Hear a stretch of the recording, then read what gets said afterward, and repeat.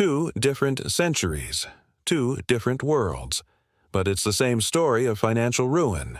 We're always told that we learned our lesson from the Great Depression. So why did the exact same pattern of debt, speculation, and crisis bring the world to its knees again in 2008? Watch till the end to find out the shocking revelation. The truth is, our financial world is stuck in a dangerous loop. This is the story of why we just can't seem to escape. We live in an age that worships progress. Our phones are supercomputers. Our medicine is almost miraculous. And our economic system, so we're told, is the most sophisticated in human history. We've got global financial institutions, fancy risk modeling, and central banks with supposedly surgical tools to keep the economy humming along. But this belief in our own progress, it's a dangerous illusion, because just beneath the surface of this complex modern system, the same old cracks are still there. The financial crises that keep defining our modern era aren't random accidents or bolts from the blue. They're the predictable, almost inevitable results of a system with some very deep foundational flaws. Mainstream economics has consistently failed to see these disasters coming because it's working from a flawed playbook. It's a playbook that too often assumes markets are perfectly efficient and people are always rational. It dismisses the boom and bust cycles as relics of a distant past. And yet, the evidence is undeniable. We aren't living in some new age of economic stability. We're just replaying the greatest failures of the past with new technology and a different cast of characters. We are trapped in a loop, a repeating pattern of disaster that our leaders and economic theories have completely failed to break. To understand why our present is so fragile, we have to go back about a century to the blueprint for every modern financial collapse, the Great Depression. But the story doesn't start with the crash. It starts with a party. The Roaring Twenties was a decade of wild optimism.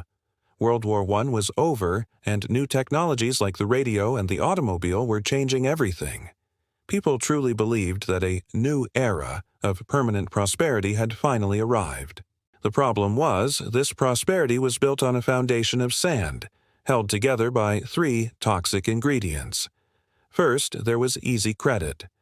In the 1920s, buying on margin became incredibly popular. This let ordinary people borrow up to 90% of the purchase price to buy stocks. This pumped a massive amount of debt into the market, which fueled a speculative fire. That brings us to the second ingredient: rampant speculation. The stock market stopped being a place for long-term investment and turned into a national casino. Stories about secretaries and shoeshine boys getting rich overnight were everywhere.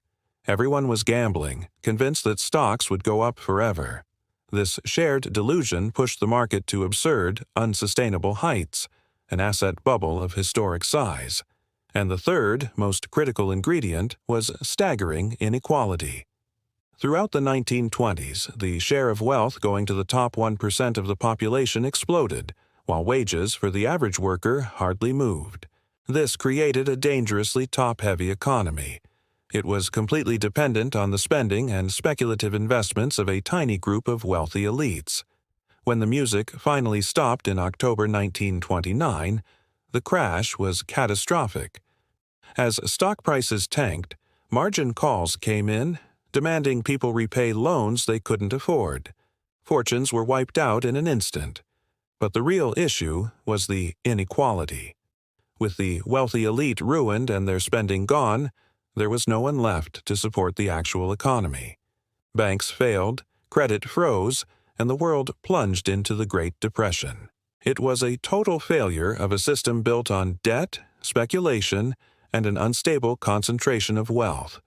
It was a blueprint for disaster. For decades, the world looked back at 1929 as a lesson learned. Economists and politicians said, "Never again."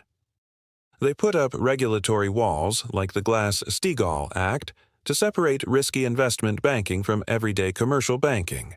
They created deposit insurance to stop bank runs. They thought the system was finally safe. They were wrong. Fast forward to the early 2000s. The world felt rich again. The dot-com bust felt like a distant memory, and a new economic era seemed to be underway. But if you looked closely, the ghost of 1929 was everywhere. The same three toxic ingredients were brewing again, just with different names. The new form of easy credit was the subprime mortgage.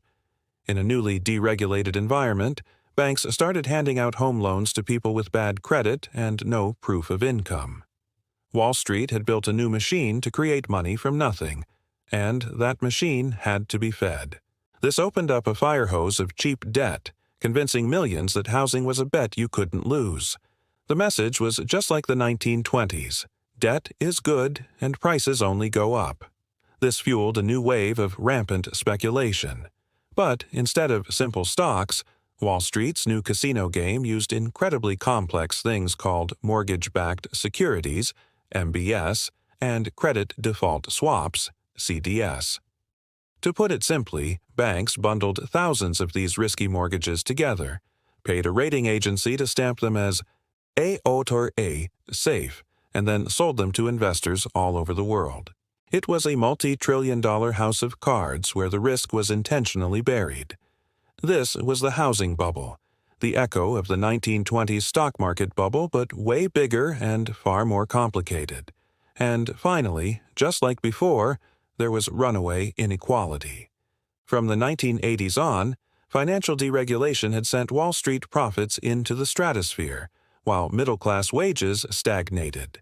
By 2007, income inequality in the United States had soared to levels not seen since the eve of the Great Depression. Once again, the economy was dangerously top-heavy and totally dependent on a financial sector that was taking bigger and bigger risks. When the housing bubble finally burst, the echo became a roar. Homeowners defaulted. Those safe mortgage-backed securities were exposed as toxic waste, and the entire global financial system froze. The collapse of a single firm, Lehman Brothers, set off a domino effect that nearly brought down the world economy. It was 1929 all over again, a terrifying confirmation that we hadn't learned a thing. So why? Why does history keep repeating itself with such terrifying accuracy? Is it just bad luck? A few bad leaders? The answer is much more unsettling. This pattern isn't an accident. It's not a bug in the system. It's a feature. It's a dangerous loop, a cycle that's hardwired into modern economics and driven by three powerful forces. First, the debt cycle. As billionaire investor Ray Dalio explains, economies grow by taking on debt. In the short term, this feels great.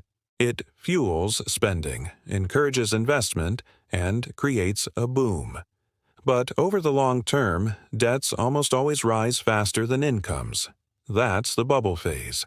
Eventually, the debt gets too heavy, the bubble pops, and the economy is forced into a painful deleveraging, a recession or a depression. Then, after all the pain, the cycle slowly starts all over again. Second, human psychology. Greed and fear are constants. You can't plug them into an economic spreadsheet, but they're the most powerful forces in the market. In a boom, memories of the last crash fade, and a kind of collective amnesia sets in. The four most dangerous words in finance are, "This time is different." This predictable wave of overconfidence is what lets bubbles form in the first place. And when the bubble bursts, fear takes over, creating a stampede for the exits that just makes the crash worse. The financial system is designed to profit from this emotional roller coaster, not to control it. And third, systemic flaws and perverse incentives. Our economic theories have consistently underestimated risk. Mainstream economics has long pushed for deregulation, based on the flawed idea that markets are rational and self-correcting. This belief directly led to the repeal of regulations like Glass-Steagall, which contributed to the massive risks taken before 2008. Even worse, the system creates terrible incentives. Bankers get huge bonuses for short-term profits, even if those profits come from taking risks that could destroy the whole economy. When the gamble pays off, they keep the money. When it fails, the government and taxpayers are forced to bail them out, which reinforces the idea that these institutions are too big to fail.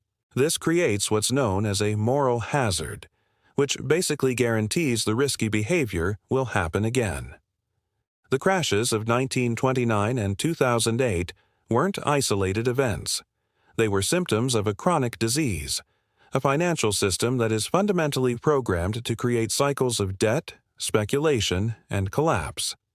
In 2008, we didn't cure the disease. We just treated the symptoms. We threw bailouts and cheap money at the system, which stopped a complete collapse but did nothing to fix the underlying problems. The debt machine was restarted. The incentives to speculate are still there. The inequality gap is wider than ever, and today the warning signs are flashing again. Global debt, both public and private, has soared since the pandemic. We're seeing new speculative frenzies in everything from tech stocks to cryptocurrencies, with some analysts warning of a bubble fueled by AI. The International Monetary Fund has warned that high asset prices and financial stability risks remain elevated, and prominent economists like Ray Dalio continue to warn that the mechanics of a debt crisis are once again in motion. We've patched up the system, but we haven't changed it. The patterns are too familiar, the parallels too clear. History doesn't just rhyme. In economics, it tends to repeat with devastating precision. The real question isn't if the cycle will turn again, but when. But what do you think? Are we stuck repeating these same mistakes? Or is there a way to finally break the cycle? Let me know your thoughts in the comments below. And if you enjoy deep dives that connect the dots of economic history, make sure to subscribe and hit that notification bell. Thanks for watching.